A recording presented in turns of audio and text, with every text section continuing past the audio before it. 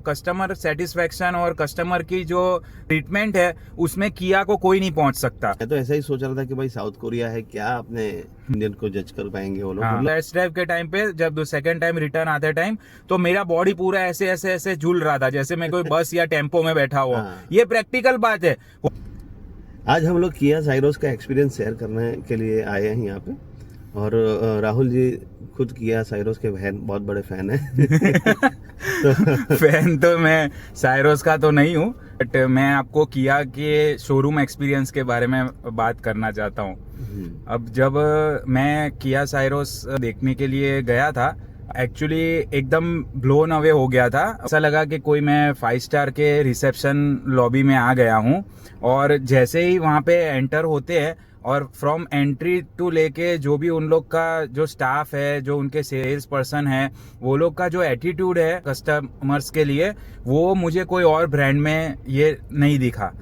ऐसा कौन सा ब्रांड आपने मेरे को ध्यान में नहीं आया कि जो गाड़ी लॉन्च हुई और लॉन्च होने से पहले डीलरशिप में उसका सिर्फ टॉप मॉडल नहीं, जैसे हर जगह पे टॉप मॉडल रखते हैं, उसके हर एक मॉडल शोरूम में अवेलेबल थे देखने के लिए, right from the base model, जो मुझे बहुत ही रिफ्रेशिंग लगा। बाकी जनरली आप देखते हो कि ब्रांड्स में एक तो गाड़ी लॉन्च हो जाती है, 3-3 महीने तक गाड़ी का कोई नामो निशान नहीं होता, सिर्फ ब्रोशर पे ही लोगों को वो लोग लटका देते हैं कि भाई गाड़ी बहुत बढ़िया, इतना वेटिंग है, करो फिर मैन्युफैक्चर हाँ करो। वो उस हिसाब का एटीट्यूड रहता है। बट मुझे ये लग रहा है कि जो किया का एटीट्यूड है उसकी वजह से ही वो लोग आज इतना सेल्स कर पा रहे हैं और इतना फास्ट उनका ब्रांड ग्रो हो रहा है। उन्होंने इंडिया की पल्स पकड़ ली है।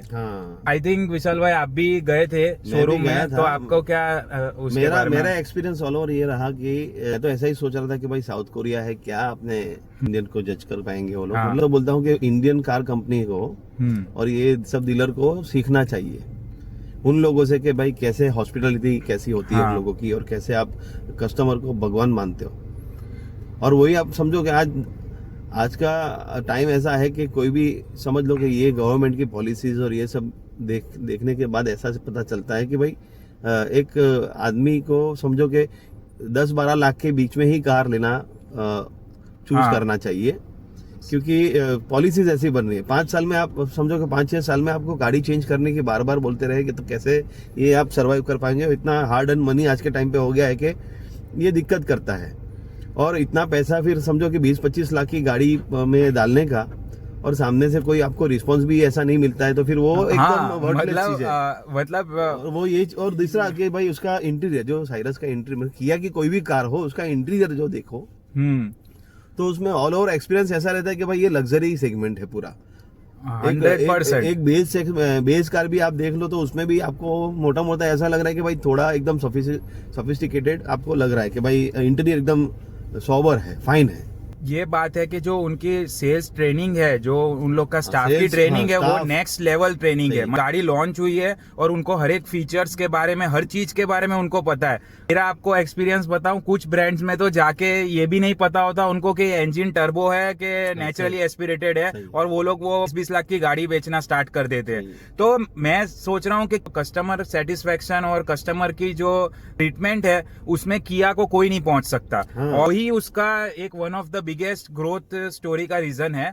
और I think that is very commendable. उसमें क्या है कि वो लोग कस्टमर को डाइवर्ट कर सकते हैं अपनी तरफ, या क्योंकि समझो कि आपका रिस्पॉन्स ही पहले से ही ऐसा हो, तो वो सोचते हैं कि भाई जहाँ पे मैं 10-12 लाख का कार लेने को सोच रहा हूँ तो हमारी वैल्यू है यहाँ पे। सही बात है। वो मतलब दूसरी जगह पे क्या है कि 10-12 कार का आपको बेस मॉडल दिखाते हैं, बेस मॉडल के आप देखने जाओगे तो आपको जज करते लोग, और ऐसा सोचते कि भाई ये कार ले पाएगा कि नहीं ले पाएगा। दूसरी चीज ये है कि किया में आपको बेस मॉडल भी अवेलेबल रहता है, बाकी कोई जगह पे बेस मॉडल बेस मॉडल लेते हैं, और बेस मॉडल वो लोग दिखाना ही नहीं चाहते। वो एक तरीके से आपको, आप ऐसा पूछोगे तो वो आपको ऐसा लुक देगा कि आप डर जाओगे कि भाई ये क्या, मैं कोई एलियन है क्या? मतलब ये बेस मॉडल भाई तो बनाते क्यों तुम लोग फिर बेस मॉडल?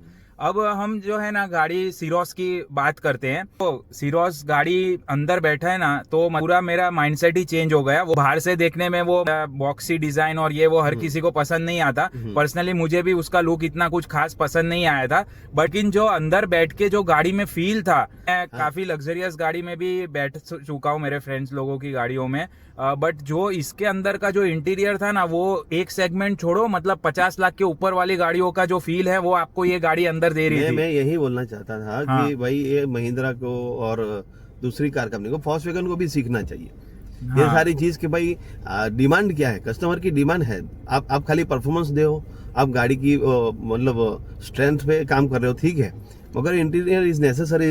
अभी के टाइम पे इंटीरियर बहुत जरूरी है। आदमी को मतलब फैमिली के साथ जाएगा, उसका बच्चा ही बोलेगा मेरे पास ये कार है। नहीं, 100%। और मुझे ऐसा लगता है कि किया ने कहीं ना कहीं जो इंडियन आइडियल कस्टमर होता है ना, उस पे बहुत ज्यादा रिसर्च किया है और फिर वो लोग प्रोडक्ट्स लॉन्च कर रहे हैं, तो वो एक उनके फेवर में बहुत बढ़िया तरीके से जाता है। अब जैसे आप समझो जर्मन कंपनीज है, उनको क्या है भाई, हम तो टॉप लेवल की गाड़ी बना देंगे, आपको लेनी है तो लो। ज्यादातर कंपनीज इंडिया की कार कंपनीज ऐसा ही समझती है कि भाई लेनी है तो लो, कस्टमर ठीक है। बहुत कम कंपनीज ऐसी है जो एक्चुअली जो कि ये सोच के एक आईसीपी बना के कि भाई कस्टमर को क्या चाहिए वो हिसाब से वो लोग डिजाइन करते हैं। और फिर वो टेस्ट ड्राइव की भी बात आपको मैं बताता हूँ। जो शोरूम पे गए थे दूसरी बार जब देखने के लिए, तो काफी लेट हो गया था। मन का showroom closing time around 7 PM था, तो हम लोग 7:15 बजे के आसपास गए थे। अब दूसरी सब ब्रांड में तो क्या होता है, वो लोग 6:30 बजे से ही दुकान बंद करना स्टार्ट कर देते हैं, क्योंकि उनको घर भागने की वो जल्दी रहती है। तो यहाँ पे उनके सेल्स पर्सन ने एक बार भी हमको ऐसा नहीं बोला कि भाई अभी सर हमारा टाइम आउट हो गया है, आप कल आइए। उन्होंने ऑन द स्पॉट अरेंज किया, ना कोई आर्ग्यूमेंट किया, ना उन्होंने कोई सवाल किया। जबकि बाकी हम दिख रहा था हमको कि शोरूम क्लोज हो रहा है, हम एक्चुअली अंदर जा रहे थे, तभी हमको लग रहा था कि शायद आज हमारा टेस्ट ड्राइव नहीं होगा, लेकिन उन्होंने हमको अरेंज करके दिया और प्रॉपर 15-20 मिनट तक हमारे साथ वो लोग टेस्ट ड्राइव के अंदर आए और पूरा एक्सप्लेन किया। तो यही चीज एक्चुअली में मैटर करती है। तो मेरा मानना ऐसा है, अगर सपोज आपके पास पैसा है, ज्यादा प्रोबेबिलिटी के किया की गाड़ी को आप पैसा दे दोगे। बाकी भले वो गाड़ी का परफॉर्मेंस वो सब बात की बात है, लेकिन कन्वर्ट कैसे या उनको बहुत अच्छे से आता है। सीरोस की बात करें तो क्या है कि गाड़ी देखो ओवरऑल बहुत बढ़िया थी, लेकिन मुझे गाड़ी में पिकअप और पावर काफी कम लगा। फ्रैंकली मैं आपको बताता हूँ, क्योंकि मुझे ऐसा लगा कि जो उसका गाड़ी का वेट है वो ऑलमोस्ट 1400 किलो के आसपास है, बॉडी का वेट है, और अभी तो उसको 5 स्टार रेटिंग भी इन लोग ने अचीव किया है BN कैप में। तो उस हिसाब से मुझे ऐसा लगा कि ये 1 लीटर टर्बो इंजन ये गाड़ी को जस्टिफाई नहीं कर पा रहा है। तो किया ने कहीं ना कहीं क्या है कि भाई फीचर्स देने के चक्कर में इंजन पे इतना ज्यादा फोकस नहीं किया है। तो ओवरऑल अगर आप पूरी गाड़ी में 5 लोगों को बिठाओगे और पूरा लोड लेके जाओगे, तो मुझे पर्सनली वो बहुत ज्यादा गाड़ी अंडर पावर लग गई। I might be wrong. Vishal भाई, आपने भी टेस्ट ड्राइव लिया, तो आपको क्या एक्सपीरियंस रहा उसका? एक्सपीरियंस यही है कि मैंने अपने आगे के वीडियो में अपने बात हुआ था कि जैसे निसान मैग्नाइट में जैसे कि गाड़ी बड़ी है और इंजन छोटा है, उसी तरह से इसमें भी बॉडी की बात करें अपने साइरस की, तो वो वैगनर का बड़ा भाई और टाटा सुमो का छोटा भाई लग रही है। तो वो भी फिर गाड़ी जर्क करती है, फिर स्टेबिलिटी के इश्यू के सिटी वाइज ठीक है, आप 50-60 की स्पीड पे चलाओ, तो आप अगर उसको थोड़ा भी 80 की रेंज को क्रॉस करोगे तो आपका कॉन्फिडेंस लूज होना स्टार्ट हो जाएगा। क्योंकि और जो मैं पीछे बैठा था टेस्ट ड्राइव के टाइम पे, जब सेकंड टाइम रिटर्न आते टाइम, तो मेरा बॉडी पूरा ऐसे ऐसे ऐसे झूल रहा था जैसे मैं कोई बस या टेम्पो में बैठा हुआ। ये प्रैक्टिकल बात है। हो सकता है आप 2-3 लोग पीछे बैठे हो तो इतना बॉडी रोल नहीं आए, बट ये एक कंसिडर करने वाले, क्योंकि हाईवे पे आप तो एज अ ड्राइवर भगाने की कोशिश करोगे, पीछे लोग एक दूसरे के साथ अथड़ाते जाएंगे। और उसमें क्या है कि फिर तुम्हारी फुली लोडेड कार होती है, और वो तो एक बार एक स्टेज पे समझ लो कि कार की जो अलाइनमेंट के हिसाब से कार आपके पलट भी सकती है। 100%। तो हाँ, that too once on his own. बाकी ओवरऑल गाड़ी तो ठीक है, डिसेंट है, बट ये चीज का हमको इश्यू लगा। तो आई होप कि आपको ये वीडियो पसंद आया होगा। See you in the next video. Thank you, bye.